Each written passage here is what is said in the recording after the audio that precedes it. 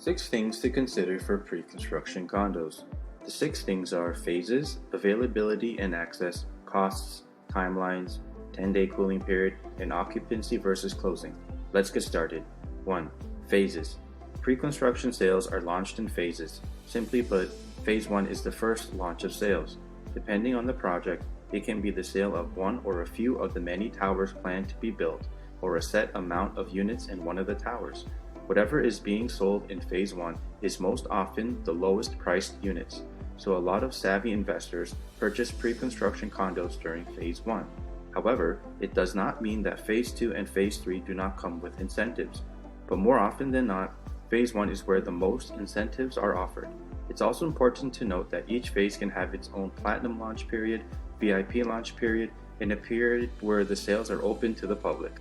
Let's say Tony Choi Developments decides to sell the condo project titled G9 Towers. G9 Towers has a total of 3 buildings. For phase 1, they decide to include a select few realtors for their platinum sale launch.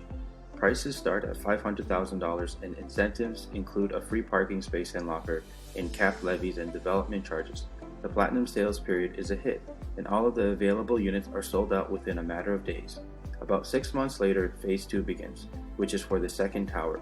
The price of units start at $551,000. You get one free assignment and a $10,000 rebate.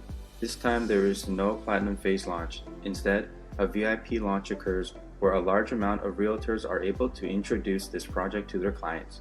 1 year from launching phase 1, phase 3 begins for the final tower. This time it is open to the public and anyone can visit their sales center to buy a unit. Units are now starting at $599,000. You get a chance to win a car and you don't have to pay maintenance fees for a year. The increase in price from phase 1 to phase 3 also takes into consideration that the properties will most likely increase in value over time. 2. Availability and access. Some phases might only have a platinum phase. Other phases might offer units to the public right away, and other phases can be a combination of things. The earlier you are in the process of the building being developed, the more difficult it is to get access to a unit, and some developers hold back a percentage of their units during a sales launch for various reasons. So before you get to decide whether or not you want to buy a specific condo project, you need to get access to it. And this is something first-time buyers may not realize, and a first-time buyer may have to experience not getting a unit once or twice before they decide that they need to act quickly with pre-construction condos being sold during a platinum phase launch. So how do we get access? Usually, this is the sequence. First, the builder allows their family and friends to purchase the units. Second, the builder will then allocate units to platinum agents. Third, and if all the units aren't sold by now, then the builder will open up the sales to more agents, which is when the VIP period is. And finally, the builder will then open up sales to the general public. In the end, some steps can be skipped, and I've also seen some builders put a VVIP period, which is usually the period after the platinum period but before the VIP period. 3. Costs. Just because the price of a condo unit starts at $500,000, it does not mean $500,000 is what you will be paying. You need to take into consideration that there will be other costs that will increase the amount of money that you will end up paying. In the end, you should have about an extra 5% of the purchase price to help pay for all of the adjustments and closing costs. That means a $500,000 home will end up costing you around $525,000. Here is a list of some of the costs to keep in mind: land transfer tax, legal fees, levies and municipal charges, which are charges paid to the government that cover the development of the building area and other things. And if there is no cap on these charges, it's a good idea to get your lawyer to work out a cap with a builder. New home warranty enrollment fee, and this fee may or may not be included in the purchase price. Condo maintenance fees, property taxes, interim occupancy fees, reserve fund fees, floor premiums, and other fees. And you may have to pay HST if it's not included in the price, and whether or not you decide to live in the unit or rent it out. Make sure to talk to your realtor or lawyer for clarification on your HST situation. 4. Timelines.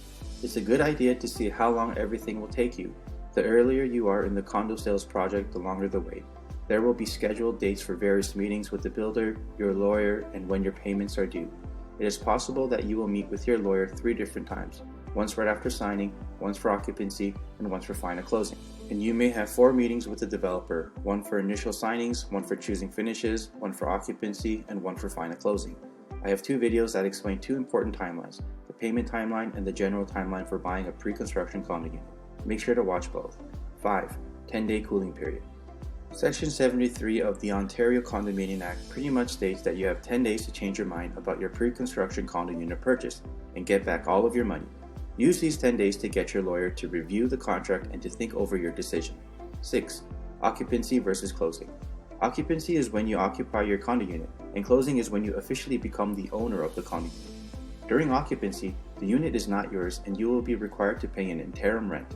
Before you can occupy your unit, you will have to sign another contract with the developer, so it is a good idea to consult with your lawyer at this time again. When it comes time for closing, you will once again sign a final contract with the developer and your lawyer will prepare the adjustments for you.